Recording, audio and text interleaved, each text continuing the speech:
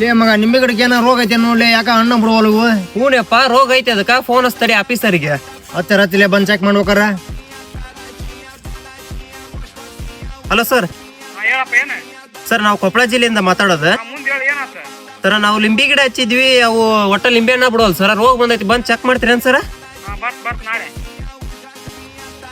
ಬರ್ತಾರಂತಪ್ಪ. ಅಲ್ಲೇ ಮಗ ನಿಂಬೆ ಗಿಡ ಚೆಕ್ ಮಾಡಕ್ ಆಫೀಸರ್ ಬರ್ತಂದ್ರ 4 ದಿನ ಆತ, ಇನ್ನೂ ಬರ್ಲಿಲ್ಲ ಅಲ್ಲಿ. ಹೂನಪ್ಪ, ಅದ ಬರ್ಲೇ ಇಲ್ಲ, ಫೋನ್ ಹಚ್ತಡಿ ಒಟ್ಟೊಮ್ಮೆ. ಹತ್ತಿರತ್. ಅಲ್ಲ ಸರ್, ಏನ್ರಿ ಸರ್ ಬರ್ಲೇ ಇಲ್ಲ, 4 ದಿನ ಆತ. ಮತ್ತ ಹಂಗ ಹೇಳಿದ್ರಲ್ಲ ಅವ್ರು. ಅಪ್ಪ ಅವ್ನ ಕರ್ಸನದ ಒಂದು ಐಡಿಯಾ ಐತಡಿ, ನಾನು ಕರ್ಸ್ಕಂತ.